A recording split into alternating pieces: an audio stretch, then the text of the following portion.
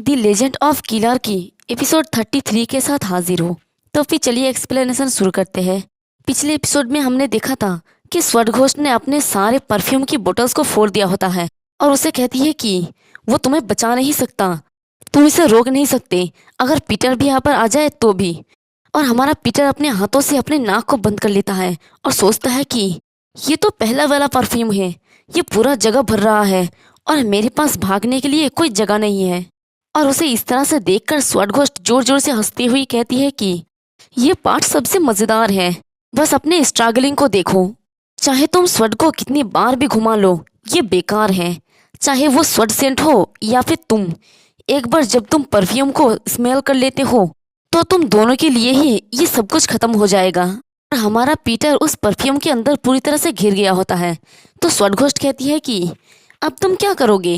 ओह, क्या तुम दीवार को तोड़कर ओशन में जंप करोगे? नहीं, तुम कुछ भी नहीं कर सकते। यहाँ तक कि पीटर जो तुम्हें सपोर्ट कर रहा है, अगर वो भी परफ्यूम को सूंघ ले तो वो भी ड्रंक हो जाएगा और मरेगा।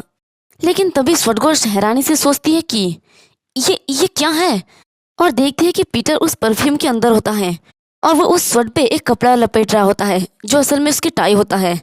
तो ये देख के बॉडीगार्ड काफी ज्यादा हैरानी से सोचता है कि वो इसलिए नहीं लड़खड़ा रहा था क्योंकि वो परफ्यूम के नशे में था। वो स्वर्ग के साथ क्या कर रहा है? और स्वर्गघोस्ट गुस्से में कहती है कि तुम अपनी सांस को रोक के रखे हो। ठीक है, फाइन, चलो देखते हैं कि तुम कब तक इसे रोक के रख सकते हो। और वो गुस्से में पीटर की तरफ आगे बढ़ जाती है। और इधर पीटर जो अपने स्वर्ग के ऊपर कपड़े लपेट कर रखा है उसके ऊपर शराब गिराता है और कहता है कि हेलुसिनेजेनिक परफ्यूम ने पूरे स्पेस को अपने चपेट में लिया है। दूसरे शब्दों में कहूँ तो ऐसा कोई रास्ता नहीं है जिससे मैं बाहर निकल सकूं। तो ये सुन के स्वर्गघोस्ट कहती है कि दैट्स राइट। तभी पीटर कहता है कि मैं वेट कर रहा था कि तुम कब अपने परफ्यूम का यूज करोगे। और बॉडीगार्ड सोचता है कि रुको, नहीं। और देखते हैं कि पीटर उस स्वर्ग के ऊपर आग लगा देता है और कहता है कि क्योंकि तभी तुम समझ पाओगे कि तुम कितना पावरलेस हो अपने परफ्यूम के पीछे छुपे बिना। और वह उस स्वर्ग को ऊपर की तरफ उठाता है जिससे सारा परफ्यूम जो उसके ऊपर आ रहा था वो सारे जल जाता है और वहां से गायब होने लगता है। और ये देख के स्वर्गघोस्ट भी हैरानी से वहीं पर रुक जाती है। और बॉडीगार्ड ये देख के अपने मन में कहता है कि हेलुसिनेजेनिक परफ्यूम जलने वाला लिक्विड से बनाया जाता है, इसका मतलब ये बहुत आसानी से जल जाएगा। लेकिन उसे परफ्यूम के इंग्रेडिएंट्स का पता कब चला? ओह हाँ, ये तब की बात है। उसने तभी मैडम के परफ्यूम का पता लगा लिया। यानी पहली बार जब स्वर्गघोस्ट ने हमारे पीटर के ऊपर परफ्यूम यूज की थी तभी पीटर को इसके बारे में पता चल गया था और इस टोटके का इलाज भी उसने सोच के रखा था। तो ये देख के स्वर्गघोस्ट गुस्से में कहती है कि ये बकवास तरकीबें। और वो हंसती हुई कहती है कि अगर तुम ऐसा भी करोगे तो भी मेरा परफ्यूम पूरे रूम में फैल जाएगा। अपने उस छोटे से आग से इसे जलाने की कोशिश करो, तुम बस ड्रंक हो, तुम ये अच्छी तरह से जानते हो। लेकिन तभी वो हैरानी से कहती है कि ये कैसे पॉसिबल है? तभी पीटर कहता है कि तो फिर मैं इस पूरे रूम में आग लगा दूंगा। और वो अपनी स्वर्ड को जोर से नीचे मारता है जिससे हर तरफ बस आग फैल जाता है। और ये देख के स्वर्गघोस्ट हैरानी से कहती है कि ये क्या है? फ्लोर पर आग क्यों लग रही है? ये आखिर चल क्या रहा है? और इधर बॉडीगार्ड सोचता है कि क्या ये तब था? उसने पहले से ही इसका पूरा प्लानिंग बना लिया था। उसने मैडम के मूवमेंट को रोकने के लिए बोतल फ्लोर पे नहीं फेंका, उसका मोटिव फ्लोर को अल्कोहल से भिगाना था। यानी पीटर जो बार बार शराब की बोतलें फेंक रहा था स्वर्गघोस्ट के ऊपर निशाना लगा के, असल में वो जानबूझकर मिस कर रहा था ताकि फ्लोर पर अल्कोहल गिरे और जब वो आग लगाए तो पूरा रूम में आग फैल सके। यानी हमारे पीटर को सब कुछ पहले से ही पता था और उसने प्लान भी बना लिया था। और ये देखकर तो स्वर्गघोस्ट और भी ज्यादा गुस्सा हो जाती है और चिल्ला के कहती है कि लानत हो ये बच्चा। और वो बड़ी तेजी से पीटर के ऊपर आगे बढ़ता है और उसके ऊपर अटैक करता है। तो पीटर भी अपने स्वर्ड से उसके अटैक को ब्लॉक कर लेता है और अपने मन में कहता है कि बैलेंस बनाए रखने में हाथ का इम्पोर्टेंट रोल होता है। उसके लिए जिसके हाथ मिसिंग हो उसकी बैलेंस बिगड़ गई है और उसकी स्पीड और पावर काफ़ी कमज़ोर हो गई है, वो अपनी लिमिट तक पहुंच गई है। और इधर स्वर्गघोस्ट बहुत ज़्यादा गुस्से में चिल्ला रही होती है लेकिन तभी वो शांत हो जाती है। और पीटर भी देख के हैरानी से कहता है कि यह अनएक्सपेक्टेड था लेकिन ये काफ़ी अच्छा डिसीजन था। और देखते हैं कि स्वर्गघोस्ट के अपने ही बॉडीगार्ड ने उसकी गर्दन पे बार करके उसे बेहोश कर दिया था। तो पीटर कहता है कि अगर उसके ब्लड प्रेशर बढ़ गए तो उसका ब्लीडिंग रुकेगा नहीं और वो और भी ज्यादा खतरे में पड़ जाएगी। तो क्या अब तुम मेरे नेक्स्ट ओपोनेंट हो?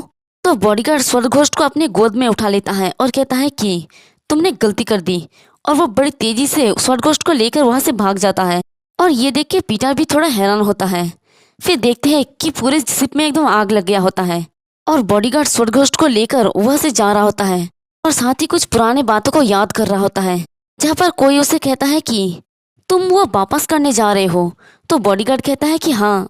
तो फिर वो आदमी कहता है कि पर क्यों?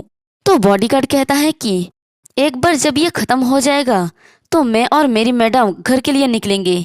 तो ये सुन के वो आदमी जो असल में होता है ग्लोरी का बॉस, वो कहता है कि जापान? तो ये सुन के बॉडीगार्ड कुछ नहीं कहता। तो बॉस उठते हुए कहता है कि ये कितना इंटरेस्टिंग है, वापस जाने के बाद तुम क्या करने वाले हो?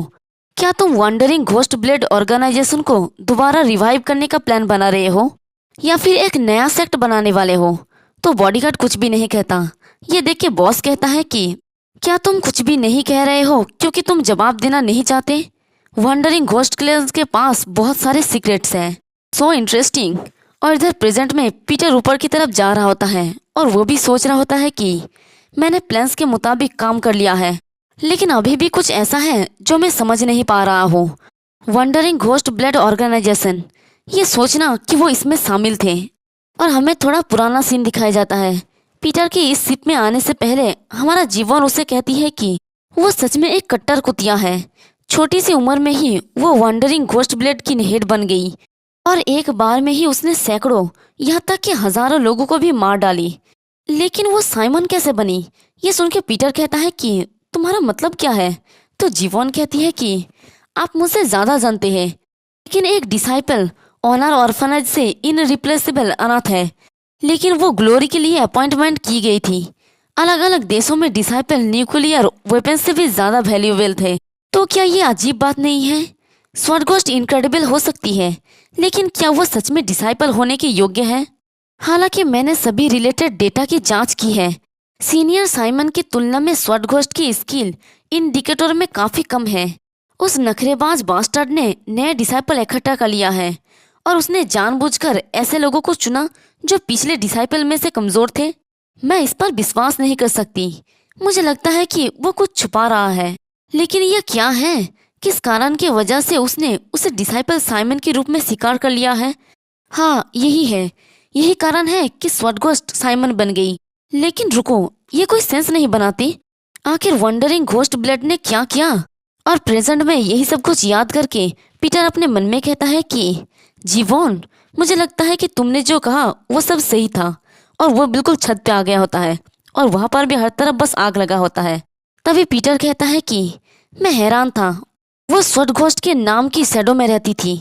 मैं उसकी सिचुएशन नहीं जानती, लेकिन तुम्हें ऐसा करने की जरूरत नहीं था, है ना रियल डिसाइपल साइमन? और यहाँ पर देखते हैं कि वो बॉडीगार्ड आया होता है और यही होता है असली डिसाइपल साइमन, जो हमारे साइमन के बदले में डिसाइपल के तौर पे रखा गया है। और यहाँ पर इसके बारे में हमें बताया जाता है। इसका कोड नाम है साइमन काजियो और ये फॉर्मर जापान के सबसे strongest killer organization wandering ghost blade के स्वॉर्डघोस्ट का सबऑर्डिनेट, जो वंडरिंग घोस्ट ब्लेड का हेड है और इसका रैंक होता है एक डिसाइपल। वैसे किसने सोचा था कि ये बॉडीगार्ड ही साइमन निकलेगा? तो पीटर की बातों को सुनकर बॉडीगार्ड कहता है कि एक कहावत है जो मैं जन्म से ही सुनते आया हूँ, इस इंडस्ट्री में जो लोग बहुत ज़्यादा क्यूरियस होते हैं वो जल्दी ही मारा जाते हैं। ये सुन के पीटर हंसते हुए कहता है कि ये एक अच्छा कहावत है और उसे देखकर अपने मन में कहता है कि वैसे भी ट्रू डिसाइपल होने के अलावा उसके बारे में और कोई इन्फॉर्मेशन नहीं है। वो एक शैडो की तरह है। ये बहुत ही अच्छा होता अगर नेथनाइल के जैसा उसके बारे में भी ज़्यादा इन्फॉर्मेशन होता हमारे पास, लेकिन अभी मेरे पास उसके फाइटिंग स्टाइल जानने का कोई तरीका नहीं है। लेकिन मुझे इस बात का पूरा यकीन है कि वो अपने मास्टर की शैडो है। तो इसका मतलब है कि ओवर पावरिंग प्रेशर। और इधर बॉडीगार्ड उसे देखकर कहता है कि तुम चोई अंगचंग की बॉडीगार्ड नहीं हो, है ना? तो फिर आखिर तुम हो कौन? और पीटर के साथ तुम्हारा रिलेशनशिप क्या है?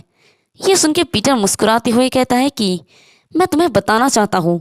और अपने मन में कहता है कि एक लड़का जो पूरा ही क्यूरियोसिटी से भरा हुआ है, तो इसका मतलब है कि मैं उसे धीरे धीरे समझ लूंगा। और पीटर कहता है कि तुम भी ये जानते हो है ना, इस इंडस्ट्री में जो लोग बहुत ज़्यादा क्यूरियस होते हैं वो सबसे पहले मरते हैं और वो बड़ी तेज़ी से उसके ऊपर अटैक करने के लिए आगे बढ़ जाता है। और इसी के साथ हमारा ये वाला एपिसोड भी ख़त्म होता है। एक्सप्लेनेशन पसंद आई तो कमेंट करके ज़रूर बताना, वीडियो को लाइक और चैनल को सब्सक्राइब कर देना। शुक्रिया।